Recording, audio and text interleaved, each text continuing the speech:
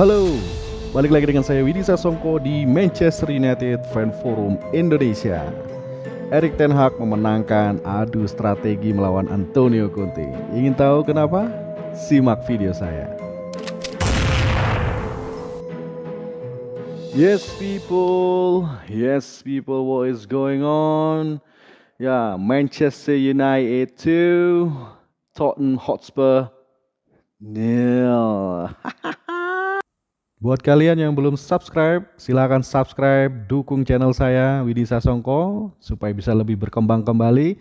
Dan juga silakan kalau mau nyawer, silakan tekan tombol terima kasih ya, ada logo cintanya ya. Silakan bisa nyawer ke saya akan sangat berterima kasih. Thank you. Kenapa Antonio Conte sampai kalah adu strategi melawan Erik ten Hag? Ya, yang pertama adalah penerapan formasi dalam menyerang ya. Kita ketahui Conte menerapkan formasi 3-5-2 ya. Ketika menyerang 3-5-2, ketika bertahan 5-3-2. Oke, ketika bertahan gua anggap Antonio Conte cukup sukses ya. Cukup sukses meredam keganasan Manchester United. Tetapi ketika menyerang mereka clueless ya. Kenapa? Karena pemain depan dari Tottenham Hotspur yaitu Son Heung-min ya, pemain badminton dari Korea. Itu benar-benar nggak biasa main sebagai central forward ya. Dia biasa beroperasi di sayap kiri ya. Tapi Antonio Conte memaksakan Son Heung-min menjadi seorang central forward berpartner dengan Harry Kane. Dan itu gagal total men. Kenapa sampai gagal total Spurs dalam menyerang ya? Karena formasi 3-5-2 itu basically mengandalkan seorang wingback ya.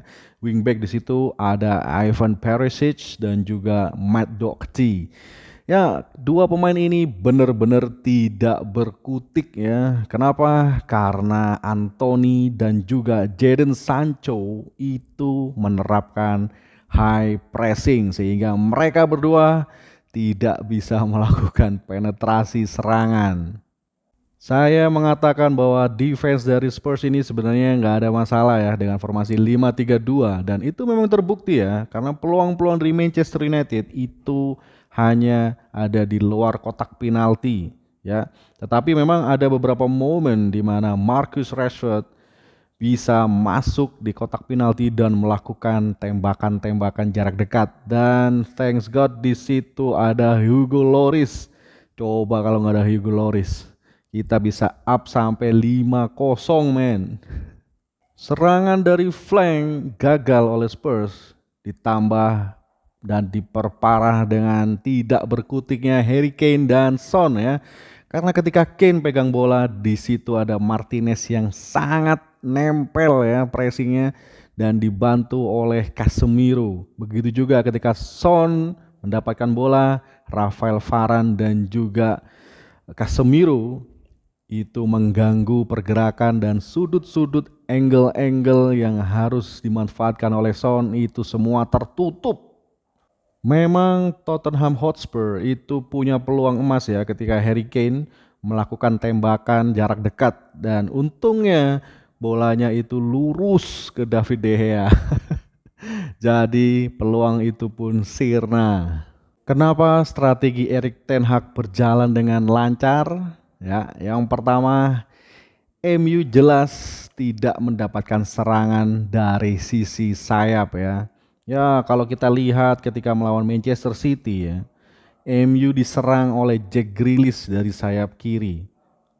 Pertahanan kanan dari Manchester United yang dijaga oleh Diogo Dalot dan untung Tottenham Hotspur tidak bisa memanfaatkan hal itu sehingga serangan-serangan dari Spurs mampet dan MU bisa mendominasi pertandingan. Erik ten Hag jelas menginstruksikan kepada pemain-pemain tengahnya yaitu Fred, Casemiro dan Bruno untuk menjalankan sirkulasi bola cepat ya. Kita lihat tiga pemain itu tidak terlalu banyak bawa bola ya ketika sedang di pressing sehingga semua serangan-serangan Manchester United gagal di pressing oleh Tottenham Hotspur. Pemain-pemain MU juga mengikuti instruksi dari Erik ten Hag, yaitu mereka bermain dengan sangat kompak ya.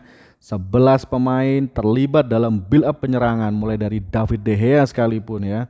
Kita lihat perkembangan David De Gea ketika memegang bola, passing dia sudah nggak canggung lagi ya. Semua pemain terlibat dan semua pemain melakukan pressing. Pemain-pemain lini tengah Manchester United juga sangat bersinar ya, sangat bersinar sekali penampilannya ya. Gue sampai nggak percaya apakah ini benar Manchester United. Kan biasanya kita parkir bis juga ngincer counter ya. Tapi ini kenapa sirkulasi bolanya bisa cepat ya? Gua sampai nggak percaya men, ini benar-benar progres yang luar biasa. Dan itu juga diperkuat dengan adanya Marcus Rashford ya. Dan tidak ada CR7 di depan. Ya, kita harus mengakui ya bahwa kali ini Erik ten Hag memang cukup jitu dengan menempatkan Marcus Rashford sebagai nomor 9 karena dia pergerakannya sangat dinamis, bisa mencari ruang, bisa berlari dan mau pressing. Ya, itu hal yang tidak didapatkan ketika Erik ten Hag memasang Cristiano Ronaldo. Fred, ya, Fred ini memang benar-benar menjadi sebuah kunci dari strategi Erik ten Hag ya. Karena kalau kita memasang Eriksen, jelas Eriksen tidak akan berlari-lari mengejar bola, melakukan pressing. Tetapi di pertandingan kali ini, Fred tidak hanya melakukan itu, tapi dia punya end product ya, yaitu 1 gol deflected yang sangat-sangat penting buat memecah kebuntuan serangan-serangan dari Manchester United. Good job Fred, you are the beast. Elemen terakhir yang membuat strategi Erik ten Hag ini berhasil adalah dukungan dari supporter yang ada di stadion dan juga supporter online ya seperti kamu, saya. Ini benar-benar memberikan semangat dan energi bagi pemain-pemain Manchester United sehingga mereka bisa perform secara konstan ya sampai dengan menit-menit terakhir. Ini luar biasa. Overall Manchester United benar-benar mendominasi di pertandingan ini dan membuat pasukan Antonio Conte tidak berkutik ya. Oke, lanjut ke player ratings. David De Gea nilainya adalah 6 ya, karena dia tidak melakukan banyak save secara reguler, hanya 1 save. Jadi ya ini wajar dia dinilai 6 karena memang ya MU tidak pernah ada dalam posisi yang membahayakan. Jadi 6 untuk David De Gea. Kemudian Diogo Dalot, Varane, Martinez dan juga Luke Shaw saya kasih semua nilai 7 ya. Kemudian di tengah ya duet internasional pemain Brasil yang jelas akan main di Piala Dunia, Casemiro dan Fred. Dua-duanya saya kasih nilai 7 juga. Kecuali Fred, saya tambah setengah ya, jadi dia 7,5.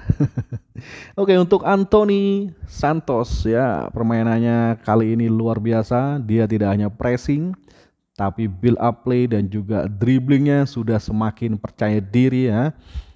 Kemudian ada 1 peluang di mana curler dia itu mengenai Mister sebelah kanan di bawah dari gawang Hugo Lloris. Gue kasih dia nilai 7. Oke, kemudian untuk sang man of the match, Bruno Fernandes. Gue kasih dia nilai 8 men, 8. Dia bermain sangat luar biasa, oke. Kemudian Marcus Rashford, saya kasih dia nilai 7 ya. Sayang sekali dia ada 3 peluang kalau nggak salah, itu 3-3-nya bisa diantisipasi oleh Hugo Lloris. Ya nggak apa-apa, tetap harus berusaha dan mencoba ya. Nah ini satu pemain yang memang akan saya nilai sedikit lebih rendah dari yang lain karena memang penampilannya sangat-sangat average untuk skill seorang Jadon Sancho ya. Tadinya akan saya kasih nilai 5, tapi karena dia bikin 1 assist untuk golnya Fred, maka dia saya kasih tambahan setengah, jadi Sancho 5,5. Dia pemain yang kurang bersinar ya di malam hari ini. Kemudian untuk cadangan Scott McTominay, Eriksen dan juga Anthony Elanga saya akan kasih nilai 6 ya, karena ya nggak banyak yang mereka bisa lakukan di sisa-sisa pertandingan. Mereka hanya lebih difungsikan sebagai penyegar saja ya. Karena ingat hari Sabtu jam setengah 12 malam MU akan melawat ke kandang Chelsea di Stamford Bridge. Insiden Cristiano Ronaldo ya, apapun yang dia perbuat itu selalu menjadi trending ya. Gue nggak paham ya.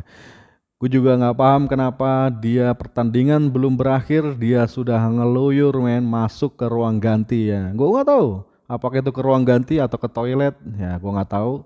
Tapi apakah itu sikap yang bijak oleh seorang legend, oleh seorang GOAT, greatest of all time?